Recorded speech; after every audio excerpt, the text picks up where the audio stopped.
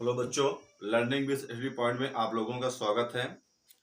आज हम नए सेशन लेकर आए हैं क्लास 12 के चैप्टर नंबर 2। आपका है प्रतिलोम त्रिकोणमितीय फलन। आज हम प्रतिलोम त्रिकोणमितीय फलन पढ़ेंगे। प्रतिलोम त्रिकोणमितीय फलन पढ़ने से पहले हम पुनः 11 में पढ़े हुए फलन के बारे में थोड़ा अध्ययन करेंगे और फलन को पुनः रिवाइज करेंगे ताकि जो हम भूले बिसरे हैं पुनः हमें याद आ जाए। तो पहला आपका टॉपिक हम पढ़ेंगे कि आपका है फलन। तो आपका दिया गया है फलन। तो सबसे पहले हम जान लें कि फलन की परिभाषा क्या होती है। यदि हम फलन की परिभाषा दें तो हम कह सकते हैं कि फलन, यदि आपके पास कोई दो आरिक्त समुच्चय हैं, आपके पास यदि कोई दो आरिक्त समुच्चय हैं, आरिक्त का मतलब यह है कि दोनों समुच्चय में कुछ न कुछ आपके एलिमेंट हैं। हमने यहाँ पर क्या लिखा है? आरिक्त समुच्चय। आरिक्त समुच्चय का मतलब क्या होता है? ऐसा समुच्चय जिसमें कुछ न कुछ एलिमेंट हो, वो आपके खाली नहीं है। जैसे ए आपका समुच्चय क्या है, ये यदि हम लिख दें, ए स्क्वायर लिख दें तो क्या है? ए आपका रिक्त है, लेकिन कोई इसमें एलिमेंट आपका दिया गया है तो ये क्या आपके हैं? आरिक्त है। आरिक्त का मतलब इसमें आपके कुछ न कुछ आपके एलिमेंट आपके हैं, दिए गए हैं, आपके दिए गए हैं। अब उन दो समुच्चयों में मान लीजिए आपके पास दो आरिक्त समुच्चय हैं, ए दिया गया है तथा आपका बी दिया गया है। और उसमें आपको ये ध्यान देना है कि यदि ए के अवयव किसी संबंध एफ के द्वारा, मतलब किसी भी रिलेशन एफ के द्वारा वह बी के अवयवों के साथ क्या है? जुड़े हुए। मतलब कोई आपके पास दो आरिक्त समुच्चय दिया गया है, उसमें ए के अवयव किसी विशेष रिलेशन एफ के द्वारा बी के अवयवों के साथ जुड़े होते हैं, तब ए का बी में क्या कहा जाता है? फलन कहा जाता है। ठीक, जिसको हम गणितीय रूप में, मैथमेटिकल रूप में लिख सकते हैं। कैसे? यदि गणितीय रूप में यदि हम लिखना चाहें तो आपको निम्न तरीके से लिखा जा सकता है, यह सच दैट ए से बी में क्या आपका है? फलन है। ए से बी में फलन का मतलब क्या है? ए का अवयव किसी विशेष संबंध द्वारा बी के अवयवों के साथ क्या हुआ है? जुड़ा हुआ है। अब इसमें एग्जांपल हमने आपके लिया है। जैसे मान के चलिए कि आपके पास कोई दो सेट आपके दिए गए हैं, दो आपके समुच्चय हैं, ए और बी आपका दिया गया है। हमने यहाँ पर आपको तालिका में एक डिब्बा बनाया है, ए आपके समुच्चय ए है, ए समुच्चय आपका बी दिया गया है। इस समुच्चय ए में आपके कुछ एलिमेंट हमने स्वतः से ले लिए हैं। यहाँ आपका ए है, एक है, -1 है, 2 है, और आपका -2 है, और आपका 3 है, और आपका -3 है। और आपका जो समुच्चय बी है उसमें भी कुछ एलिमेंट हमने स्वतः लिया है। क्या आपका लिया है? ए है, 1 है, 2 है, 4 है, 3 है, 5 है, 6 और 9 है। हमने माना है कि जो यक्स आपका बिलोंग है, मतलब जो यक्स आपका है ए के अवयवों को दर्शाता है, वाई आपका जो है वह बी के अवयवों को आपको दर्शाता है। ठीक, तो इसमें आपका ए से बी में संबंध, मतलब ए से बी में हमें फलन ज्ञात करना, हमने क्या लिखा है? या आपका लिखा है, क्योंकि परिभाषा में हमने क्या बताया कि यदि आपके पास कोई दो आरिक्त समुच्चय हैं, ए तथा बी आपका दिया गया है, और ए के अवयव किसी संबंध एफ के द्वारा, मतलब किसी विशेष संबंध एफ के द्वारा बी के अवयव के साथ क्या है? जुड़े हुए हैं। यहाँ पर आपका संबंध क्या दिया गया है? F x equal to x square. कहने का मतलब ये आपका है, जो फलन आपका एफ है, इस एफ एक्स को हम वाई भी लिखते हैं, तो y equal to f x equal to आपका दिया गया है एक्स स्क्वायर। कहने का मतलब x आपका जो है वह किस संबंध के द्वारा जुड़ा हुआ है? X square. मतलब a का जो भी अवयव है, b के अवयव किसके साथ जुड़ा हुआ है? ये a के अवयव का स्क्वायर जो आएगा वह b के अवयव के साथ आपका जुड़ा हुआ है। तो अब आप ध्यान दीजिए, यदि हम इस फॉलो को लागू करें तो जब x का मान 1 होगा तो एफ एक्स मतलब y का मान कितना होगा? 1 का स्क्वायर कितना आपका होगा? 1 आपका हो जाएगा। यहाँ रखकर देखें हम, ये 1 इक्वल टू क्या आपका हो जाएगा? 1 का स्क्वायर कितना आपका हो जाएगा? 1 आएगा। तो कहने का मतलब 1 का प्रतिबिंब क्या आपका बनेगा? 1 बनेगा आपका। यदि यहाँ पर यदि हम -1 रख लें, क्या रख लें? अब हम a के अवयव कौन सा ले रहे हैं? -1। -1 को लें तो -1 का भी मान कितना आएगा? -1 का स्क्वायर कितना आपका हो जाएगा? 1 आएगा। तो -1 का भी प्रतिबिंब क्या आपका बनेगा? आपका e आपका बनेगा। ठीक, 1 का भी प्रतिबिंब क्या होगा? 1 होगा। -1 का भी प्रतिबिंब क्या आपका होगा? 1 होगा। कहने का मतलब समुच्चय ए के अवयव 1 और -1 का जो प्रतिबिंब है वह आपका 1 आपका होगा। ठीक, अब आइए हम देख लेते हैं। हम यदि 2 लें तो यहाँ पर क्या आपका हो जाएगा? 2, और 2 का स्क्वायर यहाँ पर कितना होगा? 2 दूनी आपका 4 आपका होगा। ठीक, तो यहाँ पर क्या देख रहे हैं? ए का जो आपका 2 एलिमेंट है, मतलब 2 है, किससे आपका इसका प्रतिबिंब क्या आपका होगा, ये 4 आपका हो जाएगा। ठीक, -2 ले लेंगे तो -2 का भी कितना आपका हो जाएगा, -2 का भी कितना आपका होगा, 4 आपका हो जाएगा। यहाँ पर यदि हम 3 ले लें तो आप क्या देख रहे हैं, यहाँ पर 3, यहाँ पर -3, तो यहाँ पर क्या देख रहे हैं कि 3 का भी प्रतिबिंब क्या आपका होगा, 9 आपका हो जाएगा, और -3 का प्रतिबिंब क्या आपका हो जाएगा, ये भी आपका 9 आपका हो जा रहा है।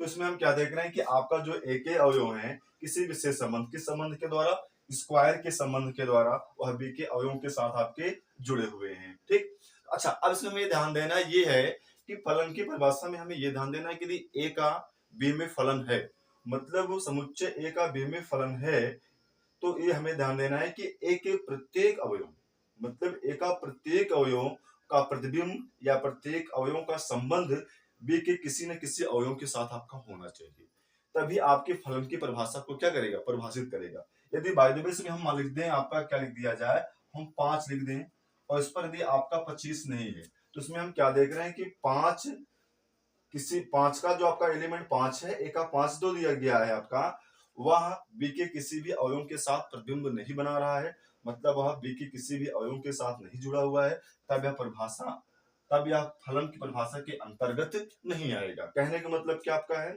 यदि कोई आपके दो समुच्चय ए और बी दिए गए हैं और ए के प्रत्येक अवयव का प्रतिबिंब बी में क्या होना चाहिए, होना चाहिए, मतलब ए के प्रत्येक अवयव का प्रतिबिंब बी में होना चाहिए, या कह सकते हैं ए के प्रत्येक अवयवों का संबंध बी में आपका होना चाहिए। यदि किसी भी अवयव छूट जा रहे हैं तो उस कंडीशन में इसको हम फलन नहीं कहेंगे या फलन की परिभाषा के अंतर्गत नहीं आएगा। ठीक, तो ये आपका फलन हो गया, क्या हो गया यहाँ तक।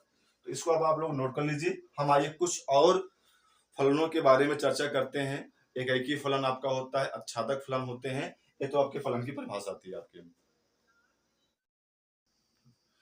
हाँ, तो आप लोगों ने देखा कि फलन क्या है। फलन के बारे में हमने आपको बताया कि कोई आपके पास दो समुच्चय ए और बी दिए गए हैं और यदि ए के प्रत्येक अवयव किसी विशेष संबंध f के द्वारा b के अवयवों के साथ जुड़ा हुआ है, तो वह a से b में क्या कहलाता है, फलन कहलाता है। और उसको हम गणितीय रूप में लिखते भी कैसे, हमने आपको लिख के दिखाया था। ठीक, अब आपके समुच्चय a और b में आपके कोई दो सेट ए और बी दिए गए हैं। यदि ए से बी में फलन है तो उस फलन होने के लिए शर्त क्या होनी चाहिए।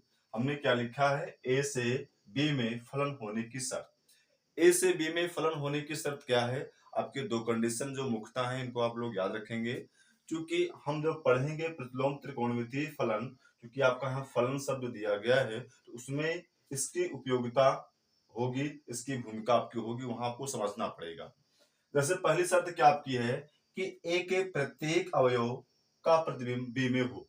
कहने का मतलब आपके पास कोई दो सेट आपके दिए गए हैं, ए और बी आपका दिया गया है, तो ए के जितने भी एलिमेंट आपके दिए गए हैं इनका जो इमेज या जो विशेष संबंध आपका है वह बी के किसी न किसी अवयव के साथ होना चाहिए। ऐसा नहीं कि इसमें कोई एक एलिमेंट आपका छूट जाए। जैसे मान लीजिए हम यहाँ लिख दें ए आपका 4 है, इसका प्रतिबिंब कोई भी एलिमेंट नहीं है, तब यह आपका ए से बी में फलन नहीं कहलाएगा या फलन की परिभाषा को परिभाषित नहीं करेगा। कहने का मतलब ये है कि ए के प्रत्येक अवयव का प्रतिबिंब बी के किसी न किसी अवयव के साथ आपका होना चाहिए, या कह सकते हैं कि ए का प्रत्येक अवयव का प्रतिबिंब बी में आपका होना चाहिए। पहली कंडीशन क्या है, ए के प्रत्येक अवयव का प्रतिबिंब बी में आपका हो, तब वह फलन कहलाएगा। हमने यहाँ पर लिखा है एफ मतलब फलन है, ए से बी में ए आपका फलन है, क्योंकि फलन की परिभाषा को यह डिफाइन करता है आपका। दूसरा हमने क्या लिखा है कि ए के किसी एक अवयव का दो प्रतिबिंब ना हो। कहने का मतलब आपका ये दिया गया है, ए आपके एलिमेंट है, इसमें ए में हम ध्यान दें तो 1 2 3 4 आपके दिए गए हैं, तो इनमें से किसी भी एक अवयव का दो प्रतिबिंब नहीं होना चाहिए। ध्यान देना है आपको, किसी भी दो अवयवों का एक प्रतिबिंब हो सकता है। जैसे 2 का भी प्रतिबिंब क्या है, बी है, 3 का भी प्रतिबिंब क्या है, बी है। कहने मतलब समुच्चय ए के किन्हीं दो या दो से अधिक अवयवों का प्रतिबिंब एक हो सकता है, परंतु ए के किसी एक अवयव का दो प्रतिबिंब आपका नहीं होना चाहिए। जैसे आप ध्यान दीजिए, आपका समुच्चय ए दिया गया है और समुच्चय बी दे दिया गया है।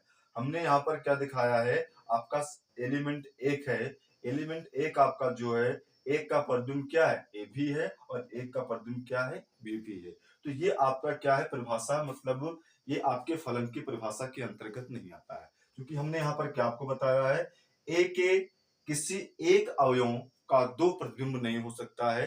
कहने का मतलब कई अवयवों का प्रतिबिंब एक हो सकता है, लेकिन किसी एक अवयव का दो प्रतिबिंब नहीं हो सकता है, इसलिए यह फलन की परिभाषा के अंतर्गत ये नहीं आएगा। तो आपका जो हमने ये मैप बनाया है, ये आप क्या देख रहे हैं, ये आपका फलन है, इससे बी में आपका फंक्शन है, परंतु आपका जो हमने ये मैप आपका बनाया है, चित्रण किया है, ये आपका ए से बी में आपका फलन नहीं है, क्योंकि आपकी दूसरी परिभाषा को फेल कर रहा है, दूसरी शर्त को फेल कर रहा है। कहा जा रहा है कि एक एक किसी एक अवयव का दो प्रतिबिंब नहीं होना चाहिए, ना होना।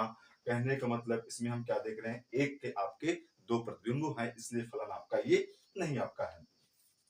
अब इसमें हमें ये ध्यान देना है, ये फलन आपका नहीं है, तो इसको हम चलो हटा दे रहे हैं। अब इस किसी भी फलन आपके दिए गए हैं, ठीक, हमें इसमें पढ़ना है प्रांत, जिसको हम डोमेन कहते हैं, परिसर और आपका सह प्रांत आपका कहलाता है। क्या आपका है, प्रांत, उसके बाद परिसर, और उसके बाद आपका क्या होता है, सह प्रांत आपका होता है। सह प्रांत यहाँ हम जानेंगे, क्योंकि यहाँ पर प्रतिलोम त्रिकोणमितीय फलन में इसकी भूमिका नहीं है। भूमिका मुख्य आपकी क्या है, प्रांत की और आपके परिसर की आपकी है, ठीक। जिसका प्रांत की अंग्रेजी क्या होती है, डोमेन, इसको हम डोमेन लिखते हैं, डोमेन आपका हो जाएगा, और परिसर का क्या हो जाएगा, रेंज आपका होगा, और सह प्रांत का क्या आपका हो जाएगा, कोडोमेन, कोडोमेन हो जाएगा आपका, ठीक। तो अब इसमें ध्यान देना है कि प्रांत किसे कहते हैं, परिसर किसे कहते हैं, सह प्रांत किन्हें कहा जाता है। अब जैसे आपका कोई भी आपके पास दो समुच्चय दिए गए हैं, ए और बी हैं, और ए से बी में आपका क्या है, फलन आपका दिया गया है। तो ए के जितने भी आपके एलिमेंट होंगे, कहने मतलब जो आपका x बिलोंग ए के जितने भी आपके एलिमेंट होंगे वह क्या कहलाएंगे, आपके प्रांत कहलाएंगे।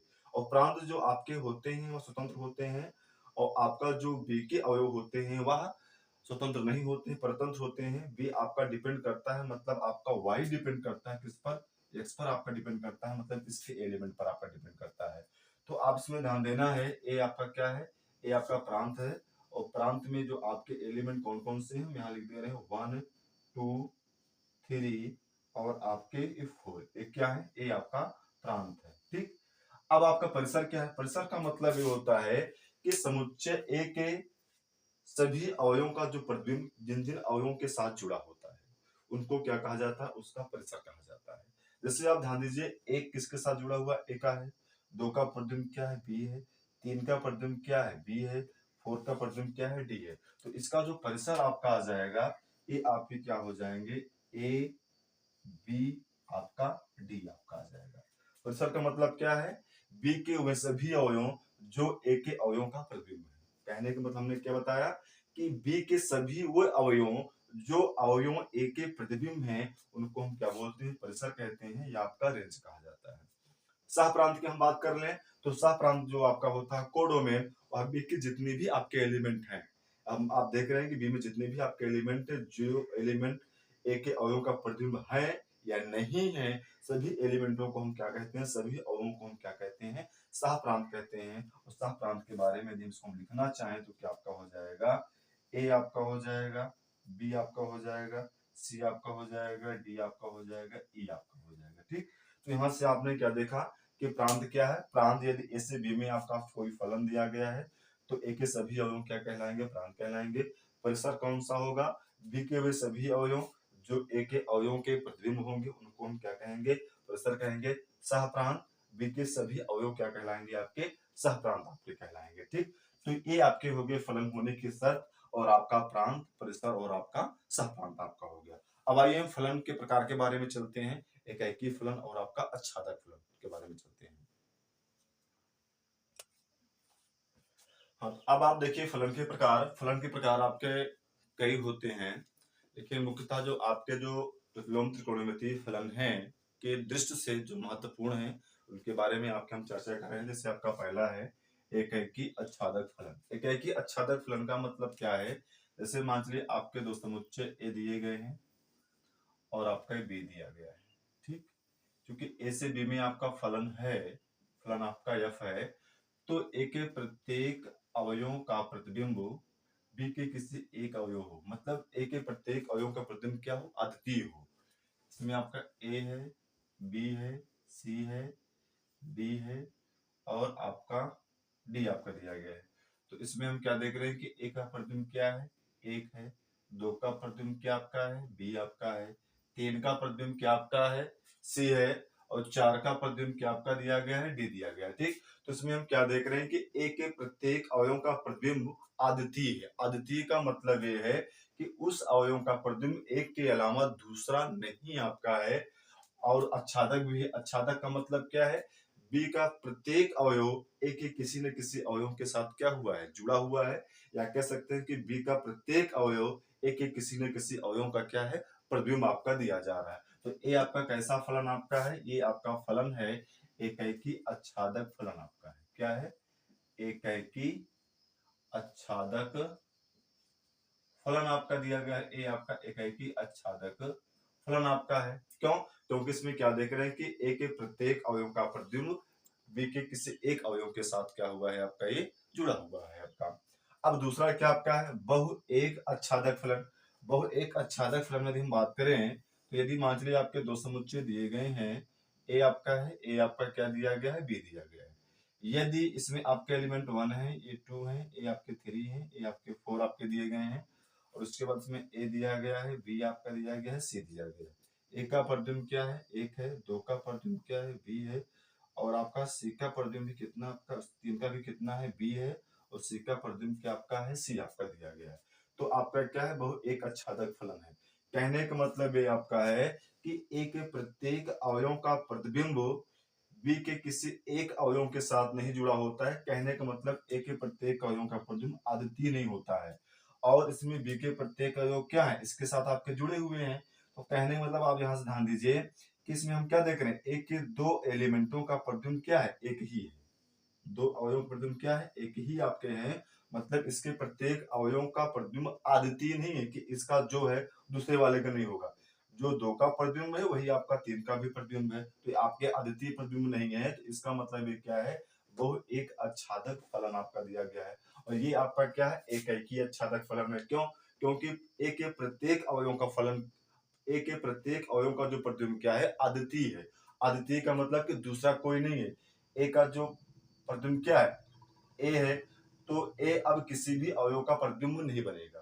दो का भी अवयव का प्रतिबिंब क्या है, बी है, अब बी किसी अन्य अवयव का प्रतिबिंब नहीं बनेगा। तो ए आपका क्या है, एकैकी और आच्छादक फलन और ए आपका क्या है, बहु एकक आच्छादक फलन आपका है। अच्छा, इसको यहाँ इतना देर तक हमारा बताने का मुख्य उद्देश्य क्या है, जो भी हमने आपको फलन बताया, फलन के बाद हम यहाँ पर पहुंचे एकैकी आच्छादक फलन और आपका बहु आच्छादक फलन बताए। चाहते तो हम प्रतिलोम त्रिकोणमितीय फलन डायरेक्ट हम लिख देते साइन थीटा, उसके बारे में आपको सारणी बनवा दी जाती और लिखवा दिया जाता है कि आपका इसका मान इसके अंतर्गत आता है, आप इसको नोट कर लीजिए। नहीं, हम आपको ये बताना चाहते हैं कि आप समझिए कि जो आपका प्रतिलोम त्रिकोणमितीय फलन आपका है क्यों बना है और उसमें कंडीशन क्या है। अच्छा, आप हमें ये बताइए कि आपके पास दो फलन दिए गए हैं, ए से बी में आपका है, ए आपका क्या है, ए भी ए से बी में है। ए आपका एकैकी फलन, एकैकी आच्छादक फलन है, ए भी आपका क्या है, बहु एक आच्छादक फलन है। अब हमें क्या ज्ञात करना है, इस फलन का प्रतिलोम फलन ज्ञात करना है। ए से बी में क्या है, ए आपका फलन है, हमें प्रतिलोम फलन ज्ञात करना है। तो प्रतिलोम फलन का मतलब क्या होता है, प्रतिलोम फलन का मतलब होता है या तो इनवर्स आपका हो जाएगा। अब इसमें क्या होगा, जो जो अवयव ए के अवयव बी से जुड़े थे, अब बी के अवयव क्या होंगे आपके, वह आपके ए से जुड़ जाएंगे। क्या होगा, जस्ट इसका उल्टा आपका हो जाएगा। मतलब अब आपका जब ए से बी में आपका फलन है, इसका जब हम प्रतिलोम फलन ज्ञात करेंगे तो उस कंडीशन में बी के अवयव क्या हो जाएंगे, बी के अवयव का प्रतिबिंब ए का अवयव बन जाएगा। तो अब जब प्रतिलोम कर देंगे तो आपका बी के अवयव प्रतिबिंब क्या होगा, अब यहाँ ए का प्रतिबिंब क्या है, एक है, बी का प्रतिबिंब क्या है, दो है, सी का प्रतिबिंब क्या है, तीन है, डी का प्रतिबिंब क्या है, फोर आपका। अब तीर आपकी बदल जाएगी, दिशा इसकी ये आपकी हो जाएगी। ठीक, तो अब ये बताइए कि अब इसमें आपका प्रांत प्रांत पहले क्या था, फलन या ए से बी के लिए प्रांत क्या आपका था, ए से बी के लिए प्रांत आपका था 1 2 3 4 आपका था। और आपका जो परिसर क्या था, परिसर की बात करें तो परिसर आपका था, ए था, बी था, सी था, डी आपका था। ठीक, लेकिन जब हम प्रतिलोम फलन ज्ञात करेंगे तो उस कंडीशन में आपका प्रांत क्या बन जाएगा, अब आपका प्रांत ये बन जाएगा। ठीक, प्रांत ये बन जाएगा तो इसमें आपका एलिमेंट क्या हो जाएगा, एक हो जाएगा, बी आपका, सी आपका, डी आपका हो जाएगा।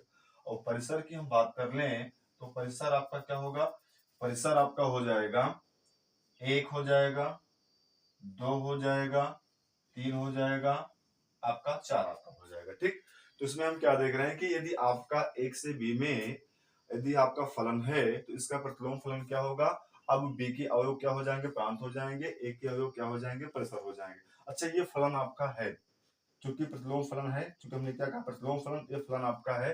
क्यों, क्योंकि हम देख रहे हैं कि ए के प्रत्येक अवयव का प्रतिबिंब बी के प्रत्येक अवयव का प्रतिबिंब एक एक किसी न किसी अवयव के साथ आपका क्या हुआ, जुड़ा हुआ है, आपका जो फलन की परिभाषा को परिभाषित करता है। लेकिन अब आप बताइए कि मैं यदि आपका फलन जो ए से बी में आपका फलन है, यदि इसका मैं प्रतिलोम फलन लिखना चाहूं, प्रतिलोम फलन लिखना चाहूं तो क्या आपका हो जाएगा, एफ इनवर्स बी से आपका क्या हो जाएगा, ए में फलन आपका हो जाएगा। कहने का मतलब आपकी तीर बदल जाएगी, इसकी दिशा क्या हो जाएगी ये, अब इसकी दिशा क्या हो जाएगी ए, इसकी दिशा क्या हो जाएगी ए, और इसकी दिशा क्या हो जाएगी आपकी ए हो जाएगी। ठीक, ए आपका क्या हो जाएगा, प्रांत हो जाएगा, ए आपका क्या हो जाएगा, परिसर आपका हो जाएगा। लेकिन अब बताइए कि बहु एक आच्छादक फलन का जब हम प्रतिलोम फलन ज्ञात करेंगे तो क्या ये फलन की परिभाषा को परिभाषित करेगा, क्योंकि अब आप इसमें हम ध्यान दें कि ए का प्रतिबिंब क्या है, एक है, बी के प्रतिबिंब क्या आ रहे हैं, दो आ रहे हैं, एक आपका दो आ रहा है, एक आपका क्या आ रहा है, तीन आ रहा है, जो कि फलन की परिभाषा को परिभाषित नहीं करता है। इसके पहले वाले टॉपिक में हमने आपको बताया था कि किसी भी दो समुच्चय में फलन होने के लिए दो शर्तें होती हैं। पहला तो प्रांत के प्रत्येक अवयव का प्रतिबिंब विमेय होना चाहिए, और उसके साथ साथ प्रांत के प्रत्येक अवयव का दो प्रतिबिंब आपका नहीं होना चाहिए, मतलब किसी भी एक अवयव का दो प्रतिबिंब नहीं होना चाहिए। आप यहाँ पर क्या देख रहे हैं, यहाँ पर बी के आपके दो प्रतिबिंब बन गए, एक आपका क्या है, दो है, एक आपका क्या है, तीन है। तो क्या अब हम जो आपका बहु एक आच्छादक फलन है, इसका जब हम इनवर्स फलन ज्ञात करेंगे तो क्या यह इनवर्स फलन प्राप्त होगा, नहीं, ये आपका अब फलन नहीं होगा, ये फलन नहीं है। क्यों, क्योंकि यह फलन की परिभाषा को अपरिभाषित नहीं करता है। क्यों, क्योंकि बी के दो प्रतिबिंब आपके निकल के आ गए हैं, जबकि एकैकी आच्छादक क्या है, ये फलन को परिभाषित कर रहा है, क्योंकि प्रत्येक अवयव का प्रतिबिंब क्या है आपका, इसके साथ अद्वितीय आपका जुड़ा हुआ है। तो यहां से आपको समझना ये आपका है कि कोई भी यदि आपका फंक्शन दिया गया है, जो भी यहां तक हमने बताया उसका सारांश बता दें, कोई भी यदि आपका फलन दिया गया है, उस फलन का यदि हमें प्रतिलोम फलन ज्ञात करना है तो उसमें कंडीशन ये लागू होनी चाहिए कि वह फलन क्या आपका होना चाहिए, एकैकी और आच्छादक होना चाहिए। कहने का मतलब यदि वह फलन एकैकी और आच्छादक नहीं है तो उस फलन का हम प्रतिलोम फलन नहीं ज्ञात कर सकते हैं।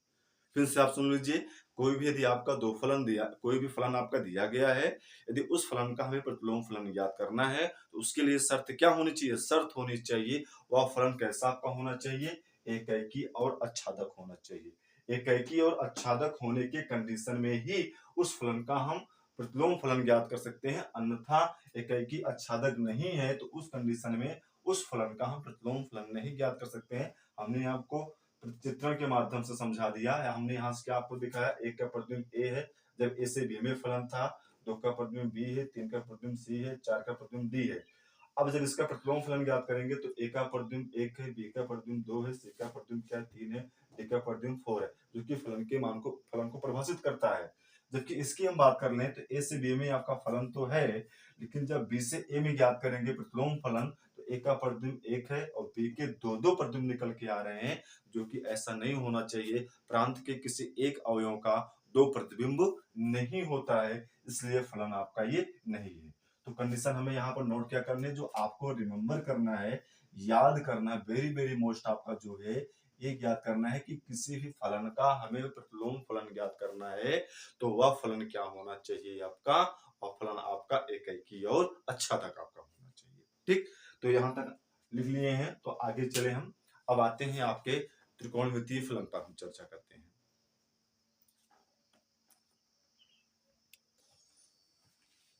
हाँ, तो हम लोगों ने फलन के बारे में देखा, और हमने ये भी देखा कि किसी भी फलन का यदि हमें प्रतिलोम फलन ज्ञात करना है तो वह फलन सबसे पहले क्या होना चाहिए, एकाकी और आपका अच्छादक होना चाहिए। ठीक, तो अब आइए हमें चूंकि पढ़ना है क्या, प्रतिलोम त्रिकोणमितीय फलन, मतलब हमें त्रिकोणमितीय फलनों का प्रतिलोम ज्ञात करना है। तो सबसे पहले हमें ध्यान दें कि क्या आपके जो त्रिकोणमितीय फलन है क्या वास्तव में वो एकाकी और अच्छादक फलन होते हैं या नहीं होते हैं। ठीक, अच्छादक फलन तो आपका होता है, क्योंकि हम जानते हैं कोई भी आपका त्रिकोणमितीय फलन, जैसे हम बात करें y इक्वल टू आपका साइन एक्स, ये क्या है, साइन मतलब जा का त्रिकोणमितीय आपका फलन आपका दिया गया है। और हम जानते हैं कि का साइन थीटा का मान जो भी होता है वह -1 और 1 के बीच में आपका होता है, मतलब उसके सारे मान जितने भी आपके होते हैं किसी भी एंगल के लिए किसके बीच में बिलोंग करते हैं, -1 और 1 के बीच में बिलोंग करते हैं। तो अब हम साइन जाके लिए यदि हम ग्राफ खींचे, मतलब y equal to sine x आपका दिया गया है, इसके लिए यदि हम ग्राफ प्लॉट करें जो हमने आपके सामने बनाया है ग्राफ, हम क्या जानते हैं कि साइन 0 डिग्री, मतलब 0 डिग्री पर हम यहाँ से दोनों चीज बना दिए हैं। साइन 0 डिग्री पर साइन का मान कितना आपका होता है, आपका आ जाएगा 0 हो जाएगा, जो हमने यहाँ पर आपको दिखाया है कि x का मान जब 0 लेंगे तो y का भी मान क्या आपका आ जाएगा, 0 आपका आ जाएगा। ठीक, अब उसके बाद हम जैसे आगे की ओर बढ़े, तो अब आप ध्यान दीजिए हम आगे की ओर बढ़ेंगे तो आपका क्या होगा, साइन का मान क्या होगा, बढ़ेगा, क्योंकि जब साइन जो आपका फलन है x का मान जब बढ़ेगा, जब इसका मान 0 है तो y का मान 0 है, जब x का मान धीरे धीरे आपका बढ़ेगा तो आपके साइन का भी मान बढ़ेगा। और बढ़ते बढ़ते जब हम 90 डिग्री पर पहुंचेंगे, मतलब आपका जब π/2 पर होगा तो साइन 90 डिग्री का मान कितना आपका होता है, 1 आपका होता है, तो π/2 का मान कितना आपका हो जाएगा, 1 आपका हो जाएगा। हमने आपको यहाँ पर दिखाया है, 0 से बढ़ेंगे तो इसके मान में क्या होगा, बढ़ेंगे आपका 1, ये भी मान आपका क्या होगा, बढ़ेगा। और बढ़ते बढ़ते कहां तक आपका जाएगा, आपका 1 तक पहुंचेगा, मैक्सिमम 1 पर आपका पहुंच जाएगा। अब जब 1 से हम आगे की ओर बढ़ेंगे, इस समय जो आपका ये ग्राफ आपको जो खींचा जा रहा है, ये आपका जो है उसके कोई भी कोण, क्या कोण का मतलब हम जानते हैं कोई भी दो किरणों के बीच का जो आपका झुकाव होता है उसको हम क्या बोलते हैं, कोण बोलते हैं, मतलब कोण कहते हैं। ए इसकी क्या है, ए इसकी प्रारंभिक स्थिति, ए इसकी क्या है, अंतिम स्थिति है। यदि आपके जो किरण है अपने प्रारंभिक स्थिति से घड़ी के विपरीत दिशा में चलती है, वामावर्त दिशा में, क्योंकि आपकी घड़ी होती है ना, घड़ी कैसे चलती है आपकी, ठीक ठीक, मतलब ऐसे चलती, क्लॉकवाइज ऐसे चलती है, लेकिन आपकी ये किरण अपने प्रारंभिक स्थिति से विपरीत दिशा में चलती है, तो कोण क्या आपका लिया जाता है, धनात्मक माना जाता है। तो आपकी जब ये किरण रेखा जब यहाँ से घड़ी की विपरीत दिशा में चलेगी क्या, तो आपका कोण कैसे लिया जाता है, धनात्मक आपका लिया जाता है। यदि वह किरण अपने प्रारंभिक स्थिति से घड़ी की दिशा में चलती है तो क्या आपका लिया जाता है, कोण आपका माइनस आपका लिया जाता है। ठीक, तो यहाँ पर आप ध्यान दीजिए कि हमने यहाँ पर कोण आपका 0 है, जब x का मान 0 होगा तो y का भी मान कितना आपका हो जाएगा, 0 हो जाएगा। और जैसे जैसे आपका ये x का मान बढ़ेगा, मतलब x का मान बढ़ेगा, वैसे वैसे आपके y का भी मान क्या होगा, बढ़ेगा। जब x का मान बढ़कर आपका कितना हो जाएगा, y इक्वल टू π/2, कहने का मतलब x का मान जब π/2 होगा तो समय y का मान कितना आपका होगा, अधिकतम आपका 1 आपका आ जाएगा, कितना आपका आएगा, 1 आएगा। अब उसके बाद जब आगे हम बढ़ेंगे, कोण का मान आगे बढ़ेंगे, जब आपका हम 1 से आगे की ओर बढ़ेंगे तो क्या आप देखेंगे कोण के मान में क्या होगी, गिरावट होगी। और जैसे जैसे आगे बढ़ते हम पाई पर पहुंचेंगे तो पुनः इसका मान क्या आपका हो जाएगा, 0 हो जाएगा। कहने का मतलब x इक्वल टू पाई होगा तो साइन पाई का मान कितना आपका हो जाएगा, 0 हो जाएगा। अब यहाँ से पुनः आगे की ओर बढ़े, जब पुनः बढ़ेंगे तो इसका मान क्या होगा, 0 से कम आपका होगा, 0 से कम होगा, होते होते होते जब हम 3π/2 पर पहुंचेंगे तो इसका मान कितना आपका हो जाएगा, -1 हो जाएगा। और यहाँ से जब फिर आगे की ओर बढ़ेंगे तो इसके मान में क्या होगी, बढ़ोतरी होगी, और धीरे धीरे बढ़ते बढ़ते जब 2π पर पहुंचेंगे तो इसका मान कितना आपका हो जाएगा, 2π आपका हो जाएगा। फिर आगे की ओर बढ़ेंगे, यहाँ पर कितना आपका हो गया था, 4π/2। फिर आगे की ओर बढ़ेंगे तो आपका कितना हो जाएगा, 5/2, तो उसका मान कितना होगा, फिर आपका 1 आपका आ जाएगा। ठीक, ये आपका जो इस दिशा में आपका ग्राफ बढ़ रहा है, ये आपकी जो किरण है साइन का जो जा है वो अपने प्रारंभिक स्थिति से घड़ी की विपरीत दिशा में आपकी चल रही है। अब हमें यहाँ पर ये ध्यान देना है कि आप इस दिशा की बात कर लें, यदि हम इसी किरण को इस घड़ी के विपरीत दिशा में चलाएं तो कोण आपका क्या होगा, ऋणात्मक लिया जाएगा। अब जैसे हम इसकी विपरीत दिशा में चलेंगे, मतलब घड़ी की दिशा में आपके चलेंगे, तो जब आपका हम पहुंचेंगे यहाँ पर क्या होगा, चूंकि आपका कोण ऋणात्मक होगा, यहाँ पहुंचेंगे तो -π/2, -π/2 का मान कितना होगा, माइनस आपका 1 हो जाएगा। यहाँ पर पहुंचेंगे तो -π का मान कितना आपका होगा, 0 होगा। फिर आगे की ओर बढ़ेंगे तो -3 पाई/2 का मान कितना होगा, 1 आपका हो जाएगा। फिर यहाँ पहुंच जाएंगे, कितना आपका हो जाएगा 2 -2 पाई, -2 पाई का मान कितना आपका 0 होगा। इसी तरीके से आगे की ओर हम बढ़ते जाएं तो आपका कोण का मान जो होगा वो घटेगा बढ़ेगा, कुल मिला के आपका क्या होगा, 1 और -1 के बीच में आपका होगा। तो यहाँ पर हम ध्यान दें कि y = sin x जो आपका दिया गया है, क्या ये आपका फलन एकेकी और अच्छादक है? अच्छादक तो है, क्योंकि हम देख रहे हैं कि x के किसी भी मान के लिए इसका मान क्या होगा, 1 और -1 के बीच में आपका आएगा। लेकिन एकेकी की बात करें तो एकेकी के लिए हमने आपको कंडीशन क्या बताई है कि आपका कोई भी ऐसे विभेदी फलन है तो इसके प्रत्येक अवयव का प्रतिबिंब क्या होना चाहिए, अद्वितीय होना चाहिए। तो हम क्या देख रहे हैं, चूंकि ये फलन आपका आवर्ती है, क्या है, आवर्ती है। क्यों?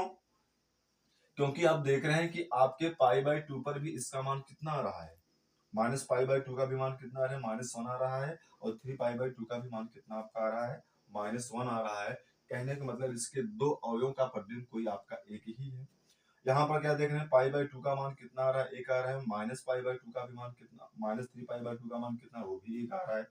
0 का भी मान कितना होगा, 0 होगा। और पाई का भी मान 0 होगा और आपका -2 पाई का मान भी 0 होगा। तो कहने का मतलब ढेर सारे ऐसे आपके अवयव हैं जिनका प्रतिबिंब आपका एक ही है। तो आपका जो ये त्रिकोणमितीय फलन है ये वास्तव में आपका क्या है, एकेकी और अच्छादक। एकेकी नहीं है, अच्छादक है लेकिन एकेकी आपका नहीं आपका दिया गया है। लेकिन हमें इसका ज्ञात क्या करना है, प्रतिलोम त्रिकोणमितीय फलन। तो क्या इस y = sin x त्रिकोणमितीय फलन को हम इनवर्स ज्ञात कर सकते हैं? नहीं ज्ञात कर सकते, क्योंकि कंडीशन ही आपकी होती है कि कोई भी फलन इनवर्स तभी उसका ज्ञात किया जाता है जब वह फलन क्या होना चाहिए, एकेकी और आपका अच्छादक होना चाहिए।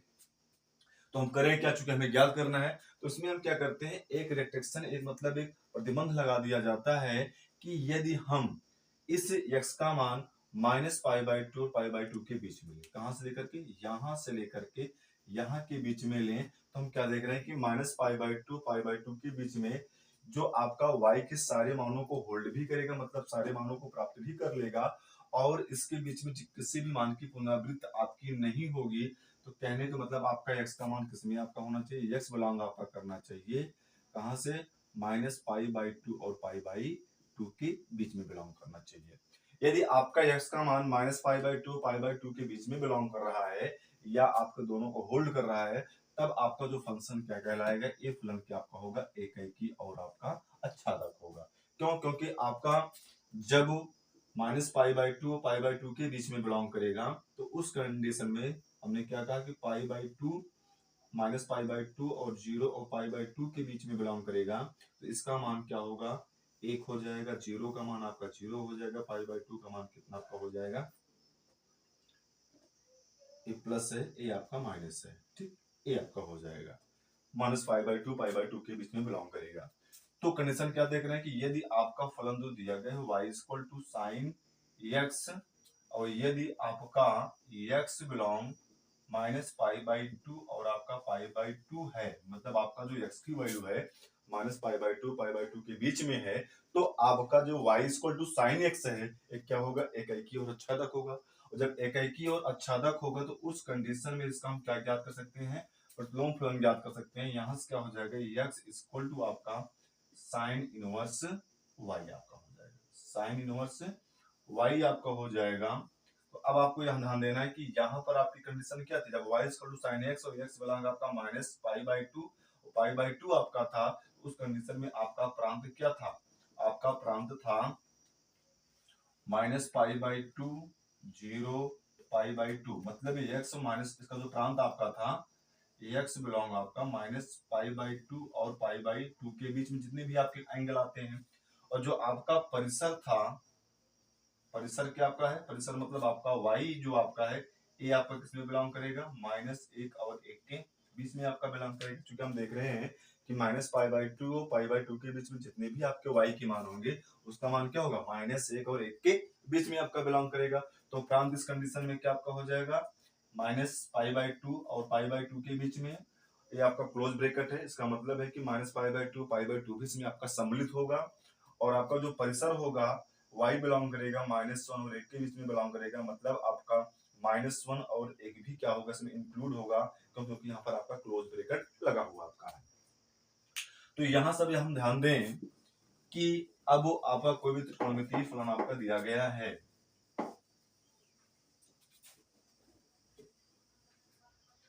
है, और ये आपको ध्यान देना है कि ये आपका है y इक्वल टू आपका साइन इनवर्स x। तो इस कंडीशन में आपका जो प्रांत क्या हो जाएगा, प्रांत आपका हो जाएगा, ये आपका प्रांत हो जाएगा। अच्छा, यहाँ पर हमने आपको बताना ये था कि अब जब से हमने यहाँ आपको बताया कि ये y इक्वल टू क्या आपका दिया गया है, y equal to sine x। यहाँ पर प्रांत क्या आपका था, प्रांत x बिलोंग -π/2 और π/2 आपका था, ठीक। और इसमें परिसर आपका क्या था, परिसर इसमें आपका था y बिलोंग आपका -1/1 था आपका। लेकिन जब इसका हम इनवर्स ज्ञात करेंगे तो इनवर्स ज्ञात करने की कंडीशन में यहाँ पर ध्यान दीजिए क्या आपका हो जाएगा, x equal to sine inverse y। जब इनवर्स ज्ञात करते हैं तो जो आपका प्रांत होता है परिसर बन जाएगा, और जो परिसर आपका होता है क्या बन जाएगा, प्रांत बन जाएगा। तो यहाँ से प्रांत का मान कितना आपका आ जाएगा, यहाँ से प्रांत का मान आपका आ जाएगा, जिसको हम बोलेंगे कि आपका प्रांत का मान आपका y बिलोंग क्या आपका होगा -1, आपका हो जाएगा। और जो परिसर आपका होगा, परिसर क्या आपका होगा, x बिलोंग आपका हो जाएगा -π/2 और आपका π/2 आपका हो जाएगा। अच्छा, अब इसमें ध्यान देना है कि जो आपका ये परिसर है, इसी परिसर जो आपका दिया गया है -π/2 को हम क्या बोलते हैं, मुख्य मान भी कहते हैं। क्या कहते हैं, मुख्य मान कहा जाता है। मुख्य मान क्या आपका कहलाता है, साइन के लिए मुख्य मान आपका क्या हो जाएगा, किसमें बिलोंग करेगा, आपका -π/2 और π/2 के बीच में बिलोंग करेगा। क्यों, किसी भी त्रिकोणमितीय फलन के लिए मुख्य मान का जो परिभाषा होता है, परिभाषा ये होती है कि किसी भी त्रिकोणमितीय फलन का जो मुख्य मान होता है उसका ऋणात्मक एवं धनात्मक लघुत्तम संख्यात्मक मान कहलाता है। मतलब किसी भी त्रिकोणमितीय फलन का ऋणात्मक और धनात्मक लघुत्तम संख्यात्मक मान किसके किसके बीच में आपका आएगा, साइन के लिए बात करें तो -π/2 और π/2 के लिए आपका आएगा। तो यहाँ से क्या देख रहे हैं, मुख्य मान क्या हो जाएगा, sine y equal to sine x के लिए मुख्य मान क्या होगा, -π/2 और π/2 हो जाएगा। और इनवर्स ज्ञात कर लेंगे तो आपका प्रांत क्या हो जाएगा, -1 और 1 के बीच में आपका होगा, 1 होगा। और परिसर क्या आपका हो जाएगा, x बिलोंग क्लोज ब्रैकेट -π/2 और π/2 आपका होगा, क्लोज ब्रैकेट आपका बंद आपका हो जाएगा। ठीक, तो आइए इस ग्राफ को हम बिठा करके इसको हम अलग तरीके से लिख देते हैं। ठीक, इसको नोट कर लीजिए, आगे चल रहे हैं। अब फलन आप देख लीजिए, हमने y equal to sine x के लिए हमने ध्यान दिया कि y equal to sine x यदि आपका दिया गया है, हम यहाँ आपका x ले रहे हैं, x इक्वल टू आपका साइन y दिया गया है। ठीक, तो इसमें इस कंडीशन में आपका एकाकी और छेदक फलन कब होगा, मान लीजिए आपके पास क्या है, x equal to sine y आपका दिया गया है।